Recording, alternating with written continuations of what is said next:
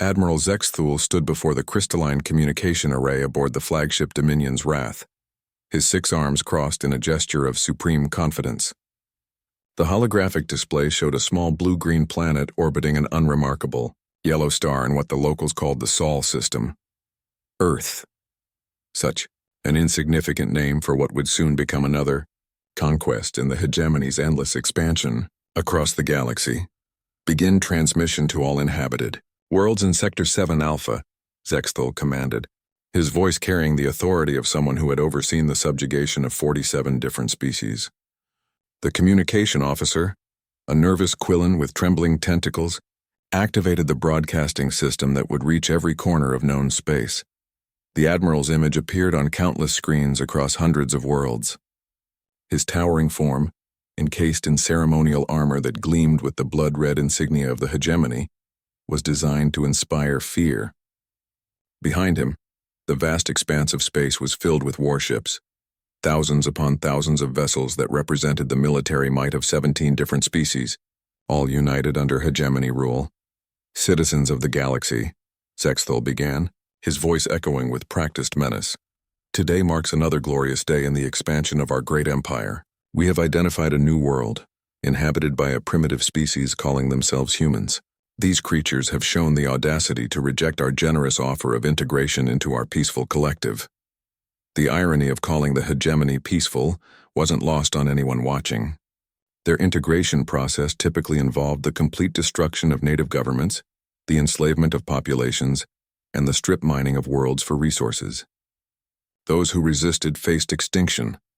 Therefore, the Admiral continued, raising all 6 arms dramatically, I hereby declare total war against the planet Earth and all its inhabitants. Within one standard galactic cycle, their world will be brought into compliance or reduced to cosmic dust.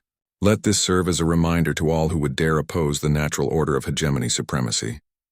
The transmission ended, and across the galaxy, beings of countless species watched with a mixture of fear and pity for the humans. The hegemony had never failed to conquer a world once war was declared. Their military machine was simply too vast, too advanced, too ruthless. On Earth, however, the reaction was decidedly different from what anyone expected. The transmission had been intercepted by SETI installations around the globe, and within hours, world leaders were gathered in emergency sessions. In the United Nations building in New York, Secretary General Maria Santos stood before an assembly of representatives from every nation on Earth, holding a tablet containing the translated alien message. Ladies and gentlemen, she announced calmly, we have received what appears to be a declaration of war from an extraterrestrial empire. The murmur that rippled through the assembly was surprisingly subdued. After decades of science fiction movies, alien invasion scenarios had become almost mundane in the public consciousness. President Chen of the Eastern Alliance leaned back in his chair with a slight smile. Well, that's interesting timing. We just finished the orbital defense grid last month. Prime Minister Okafor of the African Federation nodded thoughtfully. The timing is rather convenient. We've been looking for a real-world test of the new planetary shield systems. Secretary Santos pulled up a holographic display showing Earth's current defensive capabilities. What the aliens couldn't see from their reconnaissance was that humanity had been preparing for this exact scenario for nearly a century. Not because they expected aliens, but because humans had always been exceptionally good at preparing for war. The planet was now ringed with a network of orbital defense platforms, each one housing weapons that could punch through the hull of a battleship. The moon had been converted into a massive military installation, its surface bristling with railguns and missile silos. Mars housed the Solar System Defense Command, coordinating a fleet of ships that, while smaller than the alien armada, were built with a level of redundancy and firepower that reflected humanity's approach to warfare. But perhaps most importantly, Earth's population had spent the last century becoming increasingly unified in their ability to respond to existential threats. Climate change, asteroid impacts, supervolcanic eruptions. Humanity had faced and overcome each challenge by developing technology and strategies that made them more resilient than ever before. In the Pentagon, General Harrison reviewed the latest intelligence reports from deep space monitoring stations. They're coming in the standard diamond formation, she noted to her staff. 17 different ship designs, probably representing their member species. Estimated arrival in 6 months at current velocity. Should we alert the public? Asked Colonel Park, the director of planetary communications. General Harrison shook her head. Not yet. Let's see how they handle the outer perimeter defenses first. No need to cause a panic over something we might be able to handle quietly. On the other side of the world, Dr. Yuki Tanaka was reviewing the alien transmission in her laboratory at the Tokyo Institute of Technology. As Earth's leading expert in xenobiology and interstellar communications, she found herself both fascinated and amused by what she was seeing. They're using a fairly standard electromagnetic communication protocol, she explained to her research team. The translation algorithms worked almost perfectly, which suggests they've had contact with species that think in similar patterns to us. But look at this. She highlighted a section of the message's metadata. They're broadcasting on frequencies that would be easily detectable by any civilization with radio technology. This isn't just a declaration of war. It's a show of force designed to intimidate. Her colleague, Dr. Reeves, pulled up comparative analyses of the alien ship designs visible in the transmission. Their technology appears to be about 50 years ahead of ours in terms of propulsion and energy generation. But their weapon systems... He paused, frowning at the data. They look designed for fighting opponents who don't shoot back. Dr. Tanaka nodded grimly. Classic imperial mindset. They've probably been conquering primitive civilizations for so long that they've forgotten how to fight an actual war against a peer opponent. Meanwhile, in orbit around Earth, Commander Sarah Mitchell floated in the command center of Defense Station Alpha, watching the alien fleets approach on long-range sensors. As a veteran of 3 different asteroid mining wars and the Mars independence conflict, she had seen her share of space battles. What struck her about the approaching fleet wasn't its size, it was its formation. They're flying like they're in a parade, she observed to her tactical officer. Tight formations, minimal spacing, predictable vector changes. Have they never heard of evasive maneuvering? The tactical officer, Lieutenant Rodriguez, was equally puzzled. Ma'am, if I didn't know better, I'd say they've never fought anyone who could shoot back from this kind of range. Commander Mitchell activated the communication link to Earth Defense Command. This is Station Alpha. Request permission to begin preliminary engagement protocols. The response came back immediately. Station Alpha, you are authorized for defensive posture only. Let them make the first move. And Commander, try not to end this too quickly. Intelligence wants to see what we're dealing with.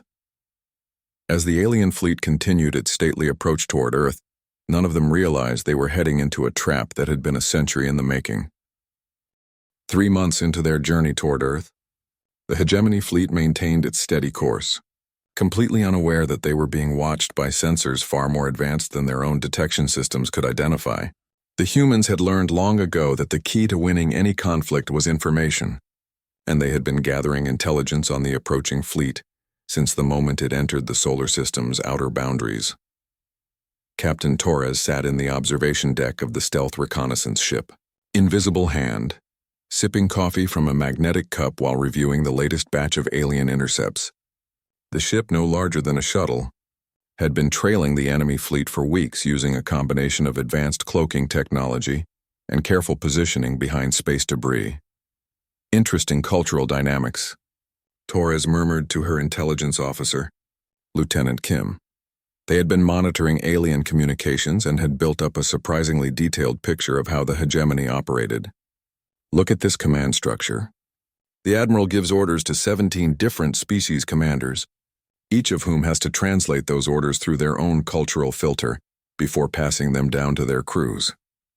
Lieutenant Kim highlighted several communication threads on her display. It gets better, Captain. They're using a standardized tactical doctrine that assumes their enemies will respond in predictable ways. When the Zephyrian commander suggested a flanking maneuver, Admiral Zexthal actually disciplined him for deviating from proven conquest protocols. Torres laughed quietly. They've been winning for so long that they've forgotten how to adapt. This is going to be easier than we thought. Meanwhile, on Earth, the global response to the alien threat was revealing just how much humanity had changed over the past century. Rather than panic or despair, the prevailing attitude seemed to be one of intense curiosity, mixed with professional interest. In Geneva, the World Defense Council was holding its daily briefing, The room was filled with military commanders, scientists, engineers, and strategists from every nation on Earth. What was remarkable wasn't just their cooperation, it was their collective calm, current.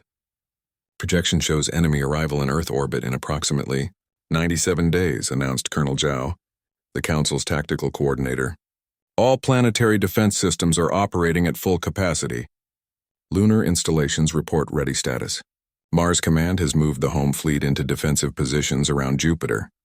Secretary General Santos reviewed the deployment charts with satisfaction. What about civilian evacuations? General Harrison smiled.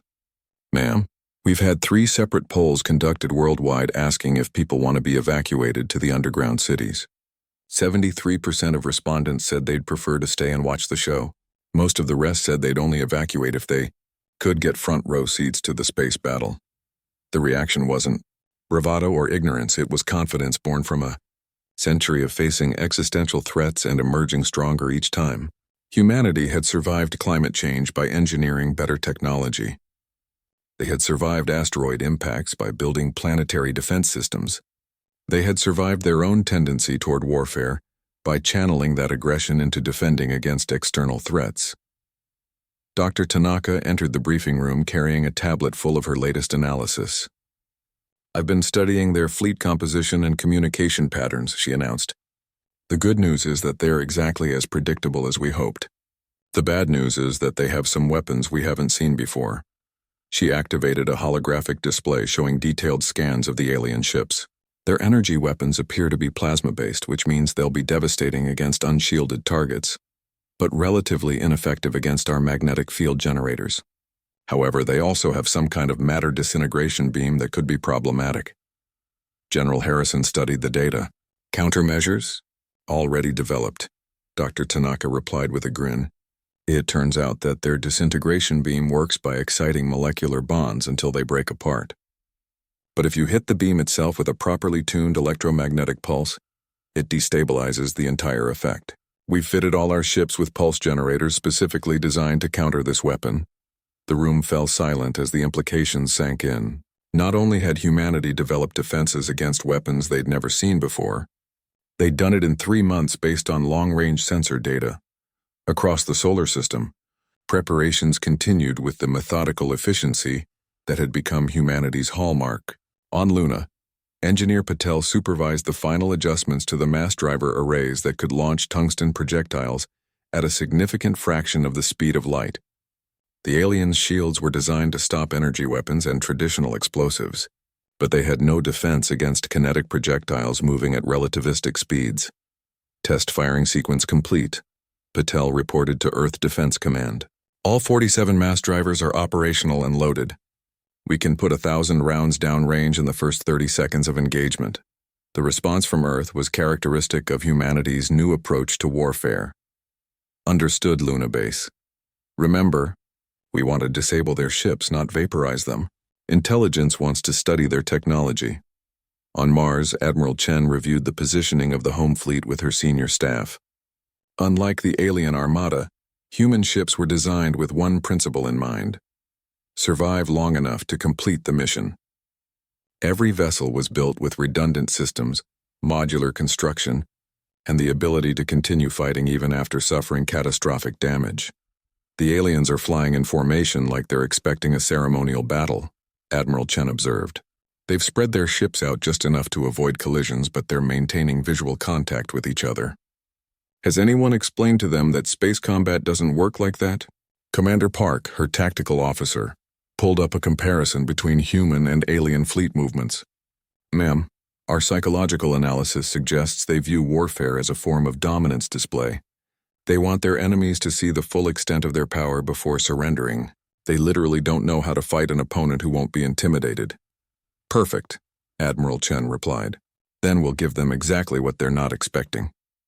Back on the alien flagship, Admiral Zexthal was reviewing the latest reports from his scouts with growing satisfaction. The human world appeared to be preparing for his arrival, but their defenses looked primitive compared to hegemony technology. A few orbital platforms, some weapons emplacements on their moon, and a small fleet hiding behind one of the outer planets. Pathetic, he declared to his staff. These humans have had months to prepare, and this is the best they can do. I almost feel sorry for them. His chief tactical advisor, a seasoned Krellian veteran named Vexmore, was somewhat less confident. Admiral, our long-range scans are detecting some unusual energy signatures from their defensive installations. Perhaps we should approach with more caution? Zexthol's response was swift and dismissive. Caution is for species that doubt their own superiority, Vexmore. The hegemony has conquered 47 worlds using the same proven tactics. These humans may have some clever tricks, but they cannot overcome the fundamental reality of our technological and numerical advantages. What the Admiral didn't realize was that his scouts were only seeing what humanity wanted him to see. The real planetary defense systems were hidden in ways that alien sensors couldn't detect, built into asteroids, concealed behind planetary rings, distributed throughout the asteroid belt in packages too, small to register as threats. The humans had spent a century learning that the best defense wasn't just stopping an enemy attack, it was making sure the enemy never realized they were walking into a trap until it was too late. And as the alien fleet continued its stately approach toward Earth, that trap was about to spring in ways that would redefine how warfare was conducted in the galaxy. The stage was set for a confrontation between an empire that had never lost a war and a species that had never stopped preparing for one. The day of first contact arrived with all the fanfare of a Tuesday morning commute. Across Earth, people went about their normal routines while occasionally glancing at the live feeds showing the alien fleet approaching the outer system. Coffee shops displayed countdown timers alongside their daily specials. Students took breaks from their exams to check the latest tactical updates. The general mood was less impending doom and more mildly interesting sporting event. In the Situation Room beneath Geneva, world leaders watched as the alien fleet crossed into the outer defense perimeter. The hegemony ships moved in perfect formation, their hulls gleaming in the distant sunlight, completely unaware that they had just triggered the most sophisticated defensive network ever constructed. Contact. In T-4 hours, announced Colonel Shaw. All stations report ready status, Secretary General. Santos activated the global communication system. Citizens of Earth, this is your Secretary General. As you're all aware, we're about to make first contact with an extraterrestrial empire that has declared hostile intentions toward our world. I want to assure you that we are fully prepared for this encounter. Please continue with your normal activities and remember that humanity has faced worse odds before. The message was broadcast in every language on Earth, and the response was characteristically human. Social media exploded with memes about alien invasion movies. Betting pools opened in Las Vegas on how long the battle would last. A group of university students in Tokyo started a live blog called Alien Invasion Bingo with squares for things like Admiral makes dramatic speech and aliens underestimate human technology. Admiral Zexthol stood on the bridge of his flagship, watching the blue-green world grow larger on his view screen. The human planet looked peaceful, almost defenseless. Their orbital installations were visible but appeared to be little more than research stations and communication relays. Even their military vessels seemed to be keeping their distance, hanging back near the outer planets as if afraid to engage. Begin standard intimidation protocol, the Admiral commanded. Broadcast our demands for immediate surrender. If they comply, we can avoid unnecessary destruction. The communication officer activated the transmission array, and Admiral Zexithal's image was beamed toward Earth. Primitive humans of the world called Earth, he began in his most imposing voice. You have witnessed the power of the hegemony fleet. You have exactly one of your planetary rotations to surrender unconditionally. Lay down your weapons, open your cities to our forces, and accept integration into our empire. Refuse, and your world will be cleansed of all life. On Earth, the message was received and translated within minutes. The response came not from world leaders, but from an unexpected source. A 12-year-old girl named Emma Rodriguez who had won a global contest to represent Earth's children in any alien communication. Emma sat in the UN Communications Center, looking directly into the camera with the kind of fearless curiosity that only children possess. Hi there, she said with a slight wave. I'm Emma, and I represent all the kids on Earth. We got your message about surrendering and stuff, but we kind of already talked about it and decided we're not really interested. Also, we think your ships look pretty cool, but our ships are cooler. Anyway, we made you a welcome present. The transmission ended, and across the galaxy, Beings who had been watching the exchange found themselves strangely unsettled.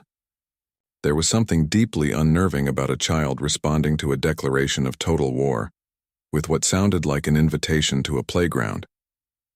Admiral Zexthul stared at the viewscreen in confusion. Did a juvenile just refuse our demands? It appears so, sir, replied his communications officer, equally bewildered. Shall I repeat the ultimatum? Before the admiral could respond, his sensor officer spoke up with growing alarm. Sir, I'm detecting massive energy buildups throughout the system. The readings don't match anything in our databases. On the tactical display, the solar system suddenly lit up like a festival. Energy signatures appeared everywhere, not just around Earth, but scattered throughout the asteroid belt, hidden in the rings of Saturn, embedded in the surface of Mars. What had seemed like empty space was revealed to be filled with weapons platforms, sensor arrays, and defensive installations. Impossible, Zexthul breathed. Our scouts detected nothing like this. On Luna, Engineer Patel smiled as she watched the alien fleet's formation begin to waver.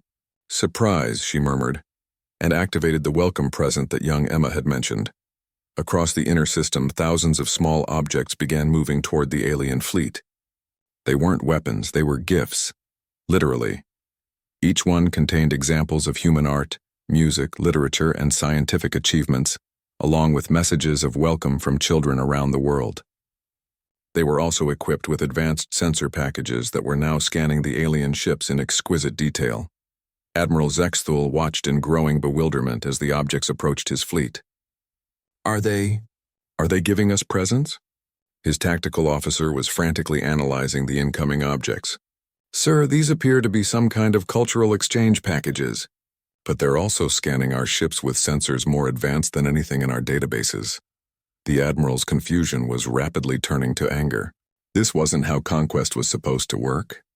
The primitives were supposed to cower in fear, not send gift packages and make friendly overtures while simultaneously demonstrating technological capabilities that shouldn't exist.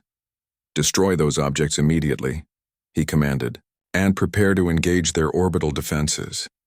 The hegemony fleet opened fire, and the first shots of the war lit up space with energy beams and plasma bolts.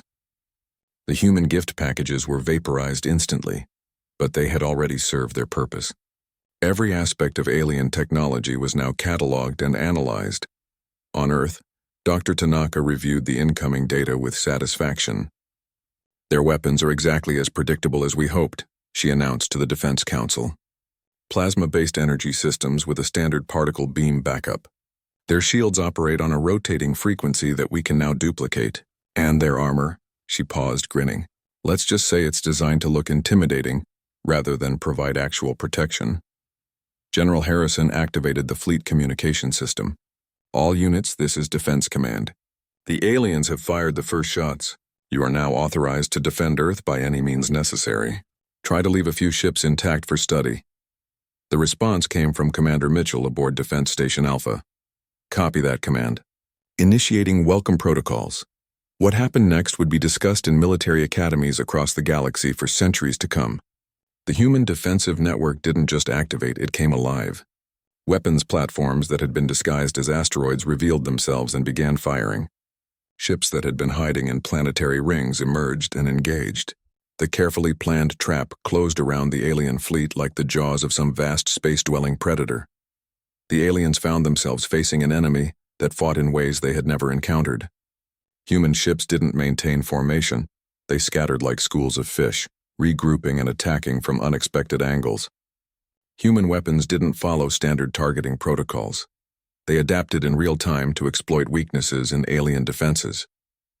Human tactics didn't rely on overwhelming force. They used precision, timing, and psychological warfare. Admiral Zexthul watched his perfect formation dissolve into chaos as human forces attacked from directions his sensors insisted were empty. Ships that should have been destroyed by direct hits continued fighting. Weapons that should have been impossible to counter were systematically neutralized. How are they doing this?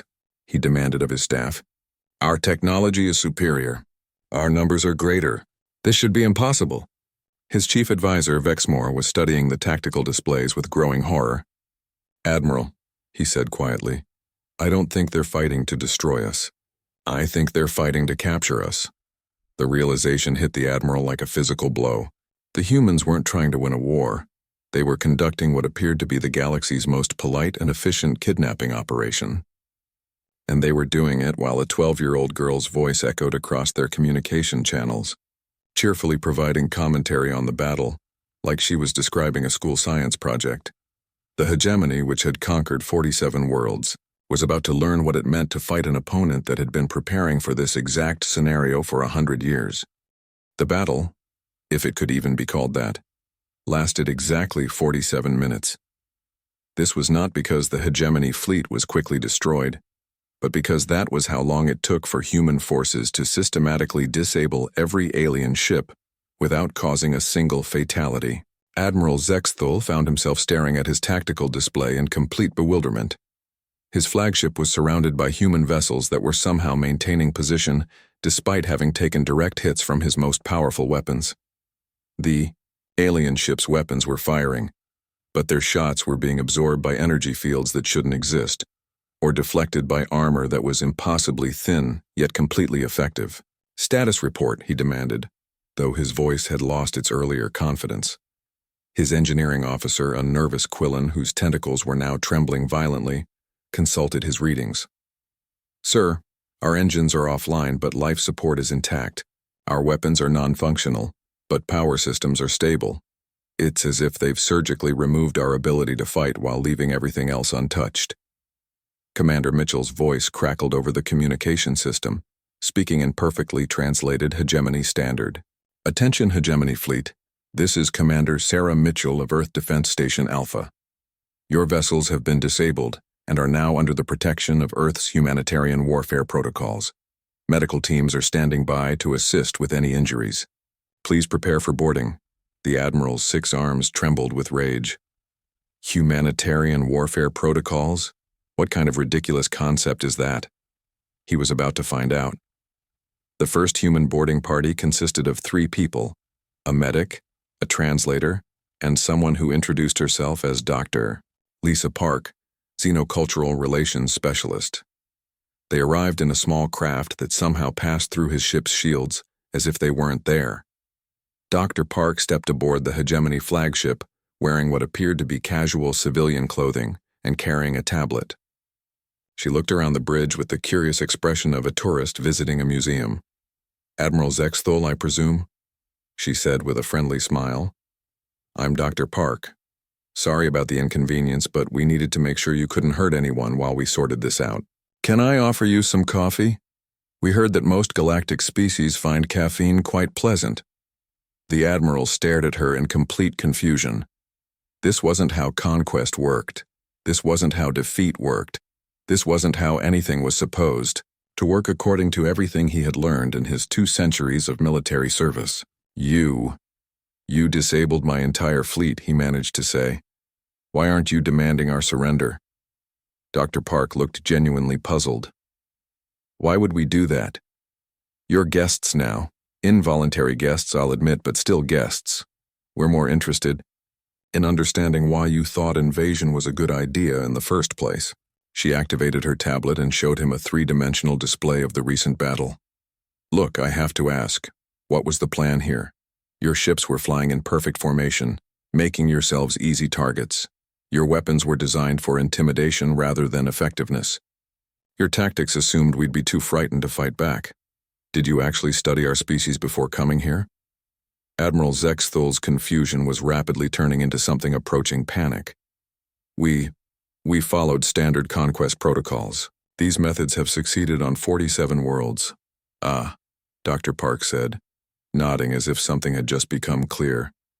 "You've been conquering species that couldn't fight back. That explains a lot." She gestured to the view screen, where Earth hung in space, its surface covered with the lights of cities that showed no sign of panic or evacuation. "Admiral, can I show you something? This is what our world looked like 2 hours ago when your fleet arrived." The display changed to show orbital sensor readings of Earth's defensive preparations. The Admiral's eyes widened as he saw the true extent of humanity's military capabilities. Thousands of hidden installations, weapons platforms that could destroy planets, defensive systems that could stop asteroids. and all of it had been concealed so effectively that his scouts had detected nothing. "How long did it take you to build all this?"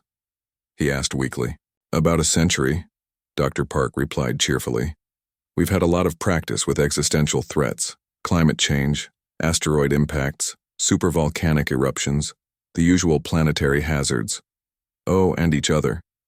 Humans spent most of our history fighting wars, so we got quite good at it before we finally decided to work together." The Admiral slumped in his command chair. "What happens to us now? Do you execute prisoners?" Dr. Park looked horrified. "Execute you? Why would we do that? Admiral, you're about to become the most famous beings in human history. You're our first contact with extraterrestrial intelligence. Do you have any idea how excited our scientists are right now?" She activated another display showing news feeds from around Earth. Instead of scenes of destruction or panic, the footage showed crowds of people celebrating in the streets. Children were drawing pictures of alien spaceships. Scientists were giving interviews about the implications for biology and physics. Artists were already creating sculptures inspired by alien ship designs. "Your arrival," Dr. Park continued, "is being treated as the most important day in human history. We've been wondering if we were alone in the universe for thousands of years. Now we know we're not, and we couldn't be happier about it." Admiral Zexthul stared at the celebrations in complete bewilderment. "But we declared war on you. We came to conquer your world." "Oh, we noticed?" Dr. Park replied with a laugh. "But conquering planets is such an outdated concept. We're much more interested in making friends. Speaking of which, we've prepared guest quarters for all of your people. Earth's best chefs are working on meals that will be compatible with your various biologies. Our linguistics department is frantically trying to learn all of your languages, and our children have been making welcome gifts for every member of your crew." She handed him a small object that had clearly been made by young hands. It was a clay sculpture of what was probably supposed to be his species, painted in bright colors and decorated with glitter. A handwritten note attached read, "Welcome to Earth. I hope we can be friends. Jenny, age 8. The Admiral looked at the gift, then at Dr. Park, then at the tactical display showing his completely disabled fleet surrounded by human ships whose crews were apparently planning a welcome party. "I don't understand," he said finally. "How do you fight a war like this? How do you win?" Dr. Park sat down across from him with the casual manner of someone settling in for a friendly conversation. "Admiral, I think that's the wrong question. The right question is, why fight a war at all when you could make friends instead?" She activated her tablet again and brought up files that made the Admiral's blood run cold. Detailed analyses of hegemony military technology, tactical assessments of their member species, comprehensive intelligence reports on their political structure. The humans had somehow gathered more information about the hegemony in a few months than most conquered species learned in years of occupation. "We know about the forced integrations," Dr. Park continued gently. "We know about the strip mining operations. We know about the species that were driven to extinction for refusing to surrender. Admiral, your empire isn't powerful because it's advanced. It's powerful because it's been picking on people who couldn't fight back." The Admiral felt something he had never experienced before. Shame. The hegemony's conquests suddenly seemed less like glorious victories and more like the actions of cosmic bullies. "What do you want from us?" he asked quietly. Dr. Park smiled. "We want to talk. We want to learn about your cultures, your histories, your technologies. We want to understand why your empire chose conquest over cooperation. And then if you're interested, we'd like to help you find a better way." She stood up and headed toward the door. "Take some time to think about it, Admiral. Your crew is safe. Your ships will be repaired, and you're welcome to stay as long as you like. Earth's first alien visitors should be treated as honored guests, don't you think?" As she left, Admiral Zexthul was left alone with the clay sculpture and the growing realization that his empire had just encountered something far more dangerous than superior weapons or advanced technology. They had encountered a species that fought wars by turning enemies into friends.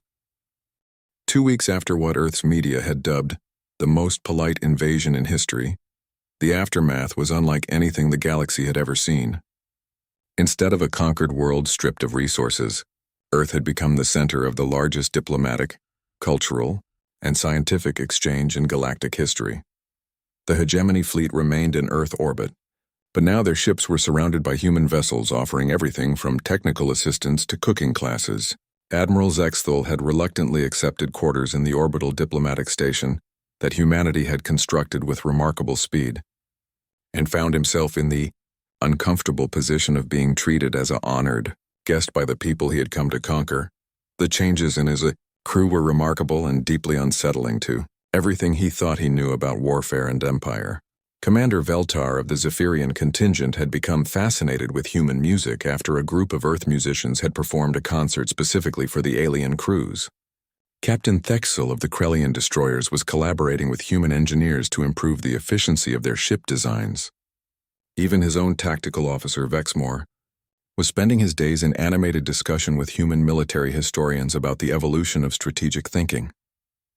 "Admiral," Vexmore reported during their daily briefing, "I've completed my analysis of human military doctrine.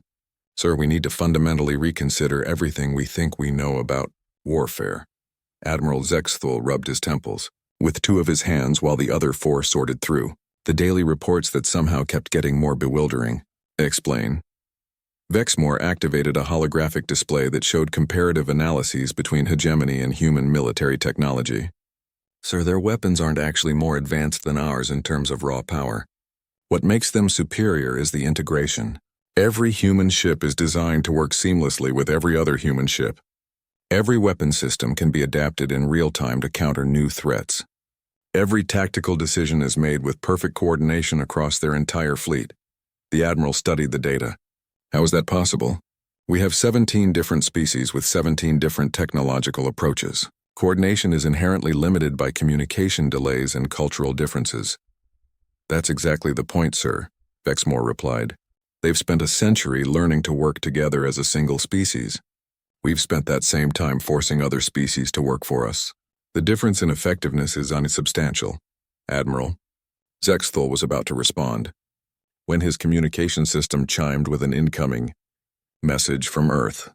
The face that appeared on the screen belonged to Secretary General Santos, who had been unfailingly polite in all their previous conversations. "Admiral, good morning," she said with genuine warmth. "I hope you and your crew are settling in well. I'm calling to invite you to a rather special event we're hosting tomorrow." "What kind of event?" the Admiral asked suspiciously. Human events had consistently proven to be unlike anything in his experience. "We're holding what we call a Truth and Reconciliation Assembly," Secretary General Santos explained. "Representatives from 47 worlds that were conquered by the hegemony are coming to Earth to share their stories. We thought you might be interested in hearing them." The Admiral felt a chill run through his exoskeleton. "How did you contact 47 worlds?" "Our communication networks are heavily encrypted." Secretary General Santos smiled gently. "Admiral, when you disable an entire fleet without destroying it, you gain access to all their databases. We've been reaching out to species throughout your empire for the past 2 weeks. The response has been enthusiastic." The view screen split to show incoming ships from across the galaxy. Hundreds of vessels representing dozens of species were converging on Earth, all flying under diplomatic flags. The Admiral recognized many of the ship designs. These were species that the hegemony had conquered, enslaved or forced into compliance. "They're coming here for revenge," he said quietly. "Actually, no," Secretary General Santos replied. "They're coming here to talk. Some of them are angry, certainly. Others are frightened. A few are hopeful. But they all want the same thing you want, to understand how we can do better going forward." The transmission ended, leaving Admiral Zexthul alone with the growing realization that Earth wasn't just challenging the hegemony militarily, they were challenging the entire concept of empire itself. The next day, the Admiral found himself in the largest assembly hall he had ever seen, constructed in Earth's orbital diplomatic station specifically for this event. Representatives from every world in the hegemony were present, along with humans, and members of his own crew who had requested to attend. Dr. Park had offered to sit with him, explaining the proceedings with the patience of a teacher helping a struggling student. The idea, she said, is that everyone gets to speak their truth without fear of retribution. No one is here to assign blame or seek punishment. We're here to understand how the galaxy got to this point and how we can build something better. The first speaker was a Velen engineer whose world had been strip-mined for rare minerals. Her account of the environmental devastation and forced relocations was delivered with clinical precision, but the Admiral could see the pain in her large, dark eyes. The second speaker was a Thraxian artist whose species had been forbidden from creating their traditional cultural works after incorporation into the hegemony. He shared examples of art that had been created in secret, hidden from occupation forces for generations. Speaker after speaker took the stage, each sharing stories of loss, oppression, and survival under hegemony rule. But what struck the Admiral most was the absence of hatred in their voices. They spoke with sadness, frustration, and determination, but not with the rage he had expected. Finally, a young human stepped to the podium. Emma Rodriguez, the same 12-year-old who had responded to his initial ultimatum, looked out at the assembly with the same fearless curiosity she had shown during first contact. "Hi, everyone," she said, her voice carrying clearly through the translation systems. "I'm Emma, and I represent Earth's children in this assembly. I wanted to say something about why we're all here." She activated a holographic display that showed images from across the galaxy: devastated worlds, enslaved populations, species driven to the edge of extinction. But then the images changed to show the same worlds as they could be: restored ecosystems, thriving cultures, free peoples. "The adults have been talking a lot about the past," Emma continued, "but we kids are more interested in the future. We think the galaxy would be a lot more fun if everyone was friends instead of conquerors and conquered, so we've been working on some ideas." What followed was perhaps the most devastating presentation the Admiral had ever witnessed. The children of Earth, working with young people from across the galaxy, had developed a comprehensive plan for transforming the hegemony from an empire into a voluntary confederation. They had designed new economic systems based on cooperation rather than exploitation. They had created cultural exchange programs that would celebrate diversity rather than suppress it. They had even worked out the technical details of how to restore damaged worlds using advanced terraforming technology. The best part, Emma concluded, is that nobody has to fight anymore. Fighting is really expensive and nobody likes it except maybe the people who haven't tried making friends instead. The assembly fell silent as the implications of the presentation sank in. A 12-year-old human child had just outlined a plan to peacefully restructure galactic civilization, and it was actually feasible.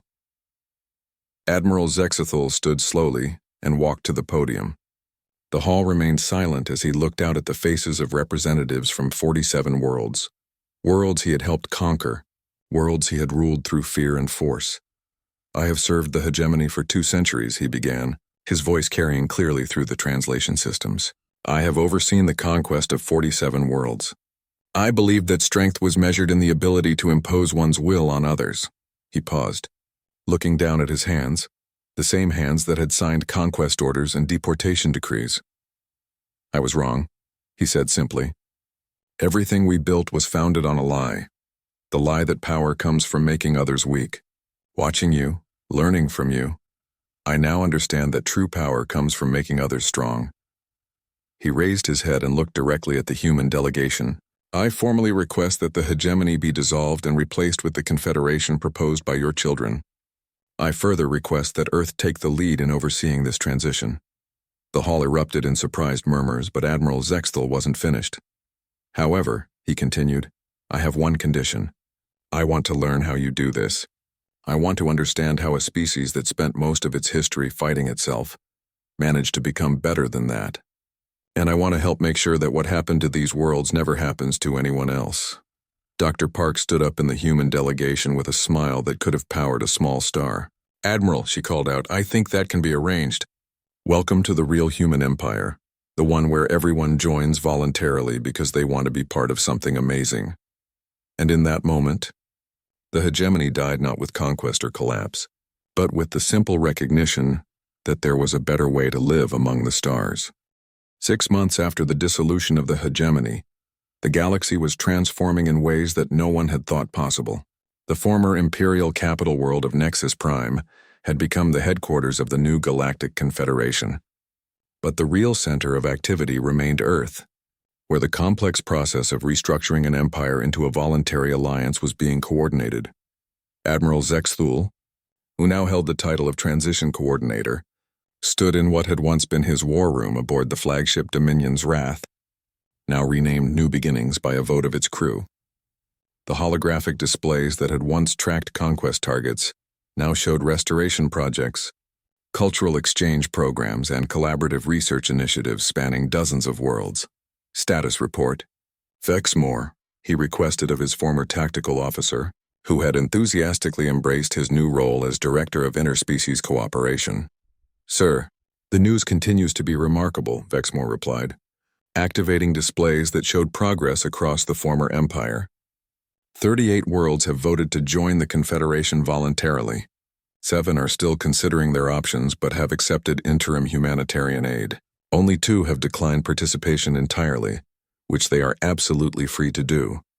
The Admiral nodded approvingly. The concept of voluntary association had been difficult for many former hegemony commanders to grasp, but the results spoke for themselves. Worlds that had been reluctantly compliant under the Empire were now eager participants in the Confederation. What about the restoration projects? Admiral Zexthul asked. Ahead of schedule across the board, Vexmore reported with obvious satisfaction. The Velen homeworld's ecosystem restoration is now at 60% completion.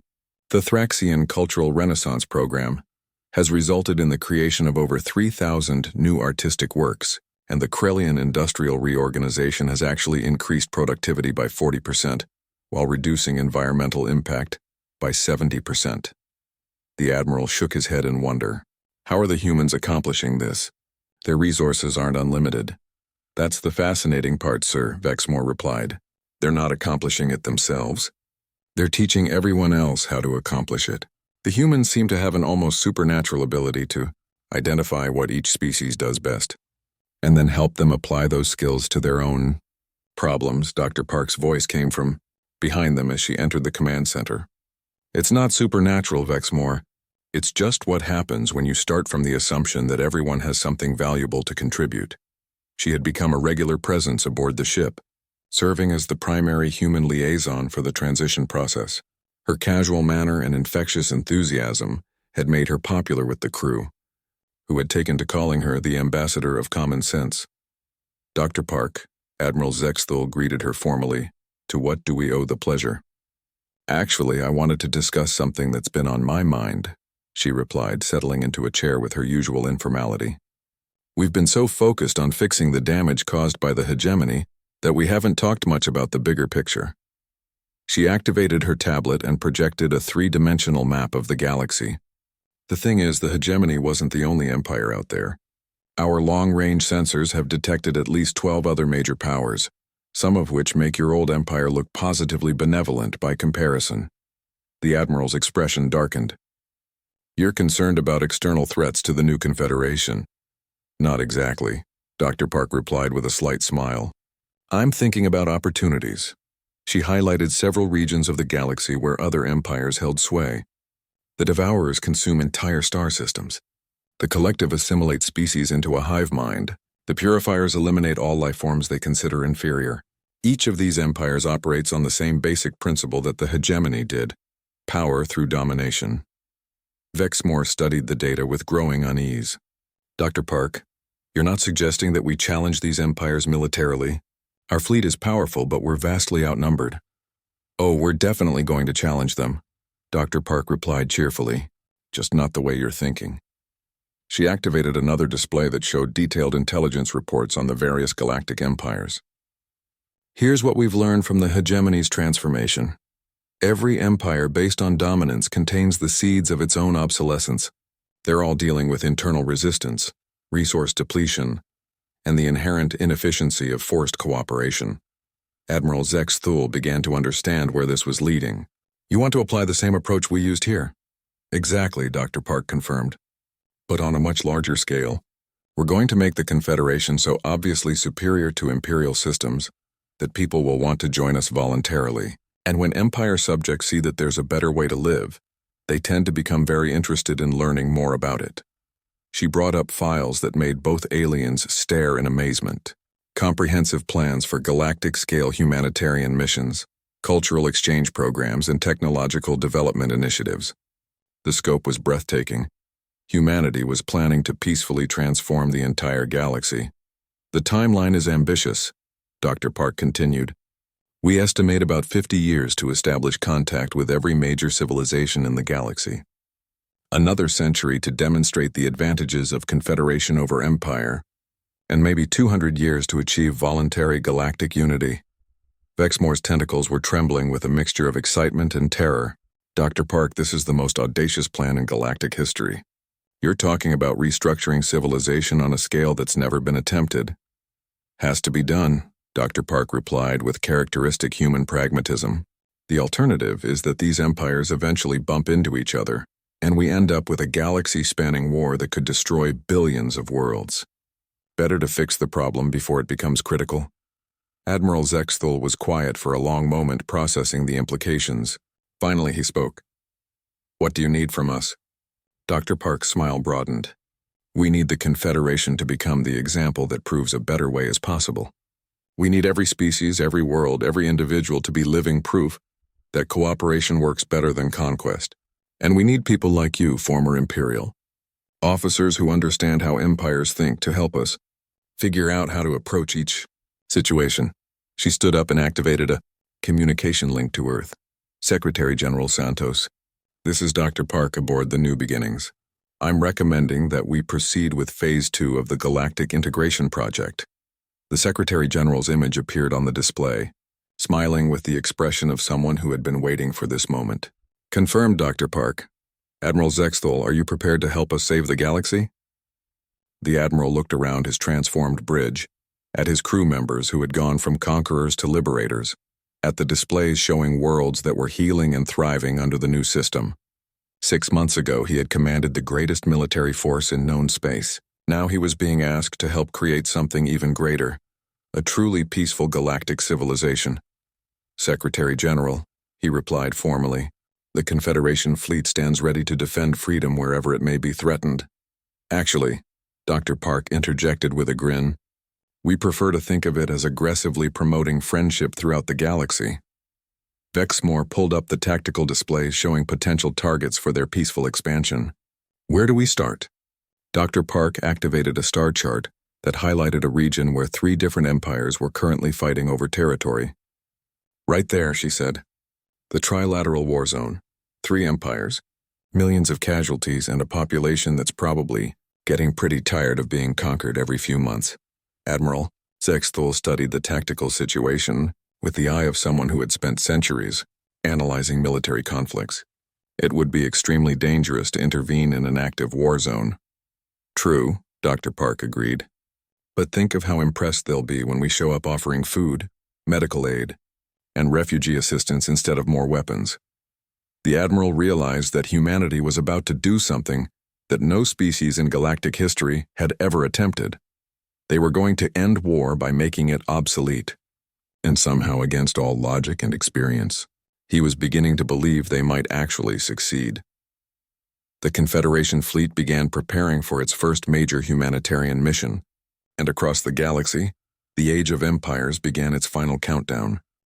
25 years after the dissolution of the hegemony, Admiral Zexthul stood on the observation deck of the diplomatic vessel. Peaceful resolution, watching as the last holdout empire in the galaxy formally surrendered its claims of dominance. The eternal hierarchy, which had ruled through fear and religious extremism for over a millennium, was signing articles of voluntary integration into what was now called the Galactic Confederation of Free Worlds. The ceremony was taking place on a neutral station that had been built specifically for this moment, the final transformation of galactic civilization from empire-based to confederation-based governance.